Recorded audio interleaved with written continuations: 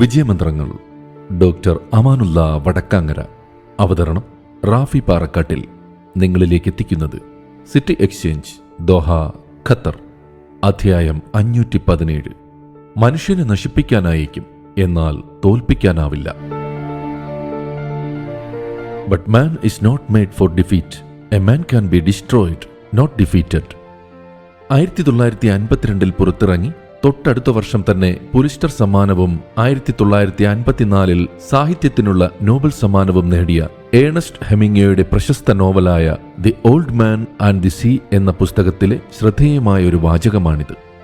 മനുഷ്യൻ സൃഷ്ടിക്കപ്പെട്ടിരിക്കുന്നത് തോൽവികൾ ഏറ്റുവാങ്ങി പിന്മാറാനല്ല, മറിച്ച് പ്രതിസന്ധികളോട് പൊരുതി വിജയിക്കാനാണ് എന്നാണ് ഈ വാചകം അടിവരയിടുന്നത്. ജീവിതത്തിൽ പലപ്പോഴും നാം വല്ലാതെ തളർന്നു പോകുന്ന സാഹചര്യങ്ങൾ ഉണ്ടാകാറുണ്ട്. സാമ്പത്തികമായ തകർച്ചയോ പ്രിയപ്പെട്ടവരുമായുള്ള അകൽച്ചയോ അല്ലെങ്കിൽ നാം ആഗ്രഹിച്ച കാര്യങ്ങൾ നടക്കാതെ വരുമ്പോഴോ എല്ലാം അവസാനിച്ചു എന്ന് നമുക്ക് തോന്നിയേക്കാം. എന്നാൽ അവിടെയാണ് ഈ വാക്കുകൾക്ക് വലിയ പ്രസക്തിയുള്ളത്. ലോകത്തിലെ ഒരു സാഹചര്യത്തിനും ഒരു മനുഷ്യനെ പൂർണ്ണമായി തോൽപ്പിക്കാൻ കഴിയില്ല. പുറമേയുള്ള പ്രശ്നങ്ങൾക്ക് ഒരുപക്ഷെ നമ്മുടെ സമ്പത്തോ പദവികളോ എല്ലാം ഇല്ലാതാക്കാൻ കഴിഞ്ഞേക്കാം. ചിലപ്പോൾ നമ്മെ വല്ലാതെ തളർത്തിയെന്നും വരാം. പക്ഷേ നമ്മുടെ ഉള്ളിലെ ഇച്ഛാശക്തിയെയും മുന്നോട്ട് പോകാനുള്ള തീരുമാനത്തെയും തോൽപ്പിക്കാൻ ആർക്കും കഴിയില്ല. മനുഷ്യൻ സൃഷ്ടിക്കപ്പെട്ടിരിക്കുന്നത് തോൽവികൾ ഏറ്റുവാങ്ങി പിന്മാറാനല്ല, മറിച്ച് പ്രതിസന്ധികളോട് പൊരുതി വിജയിക്കാനാണ്. എത്ര വലിയ തകർച്ച നേരിട്ടാലും വീണ്ടും എഴുന്നേൽക്കാനും പുതിയൊരു തുടക്കം കുറിക്കാനും നമുക്ക് കഴിയും. പ്രശ്നങ്ങളെ കണ്ട് ഭയന്ന് പിന്മാറാതെ ഉള്ളിലെ പൂർണ്ണമായ ആത്മവിശ്വാസത്തോടെ അവയെ നേരിടുക. പ്രതിസന്ധികൾ നമ്മെ ഇല്ലാതാക്കാൻ അനുവദിക്കരുത്, മറിച്ച് അവയെ വലിയ വിജയങ്ങളിലേക്കുള്ള ചവിട്ടുപടികളായി മാറ്റുകയാണ് വേണ്ടത്. ലോക സാഹിത്യത്തിലെ ഏറ്റവും മികച്ച കൃതികളിലൊന്നായി കണക്കാക്കപ്പെടുന്ന the old man and the see മനുഷ്യന്റെ നിശ്ചയദാർഢ്യത്തിന്റെയും ആത്മവിശ്വാസത്തിന്റെയും തോൽവിയെപ്പോലും വിജയമാക്കി മാറ്റുന്ന മനോവീര്യത്തിന്റെയും കഥയാണ്. ക്യൂബയിലെ ഒരു മത്സ്യത്തൊഴിലാളിയായ സാന്റിയാഗോ എന്ന വൃദ്ധൻ തുടർച്ചയായി 84 ദിവസം ഒരു മത്സ്യം പോലും പിടിക്കാൻ കഴിയാതെ തിരിച്ചു വരുന്നു.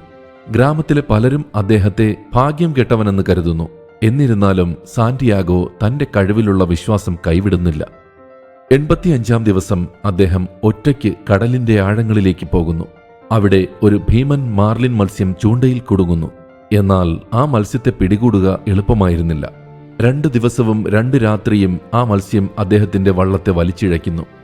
വിശപ്പും ദാഹവും ക്ഷീണവും കൈകളിലെ മുറിവുകളും സഹിച്ചുകൊണ്ട് സാന്റിയാഗോ പോരാട്ടം തുടരുന്നു. ഒടുവിൽ തന്റെ അനുഭവവും ക്ഷമയും ധൈര്യവും ഉപയോഗിച്ച് അദ്ദേഹം ആ വമ്പൻ മത്സ്യത്തെ കീഴടക്കുന്നു.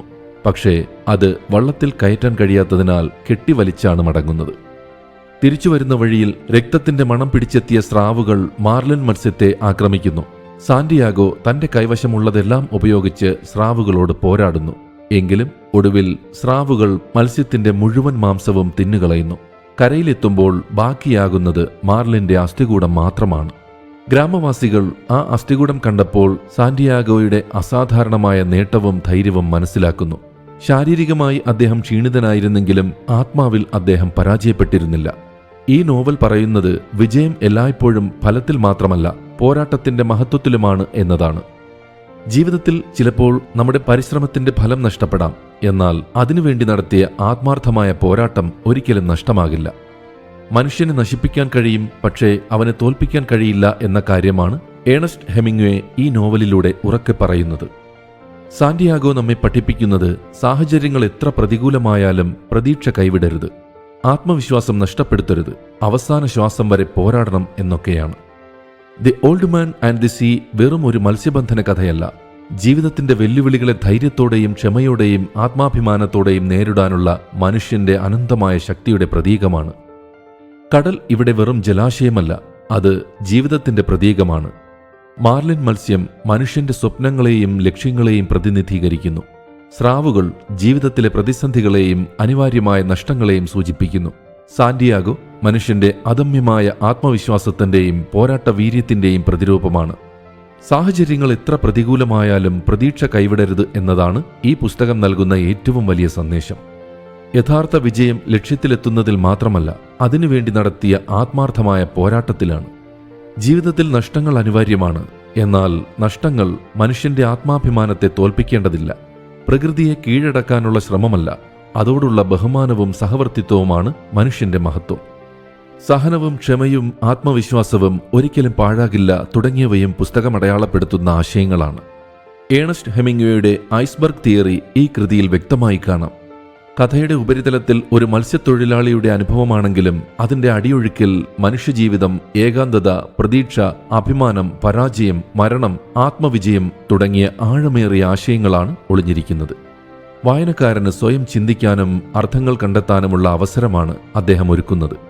70 വർഷത്തിലേറെയായി ലോകമെമ്പാടുമുള്ള വായനക്കാരെ പ്രചോദിപ്പിച്ചുകൊണ്ടിരിക്കുന്ന ഈ കൃതി നിരവധി ഭാഷകളിലേക്ക് വിവർത്തനം ചെയ്യപ്പെട്ടിട്ടുണ്ട്.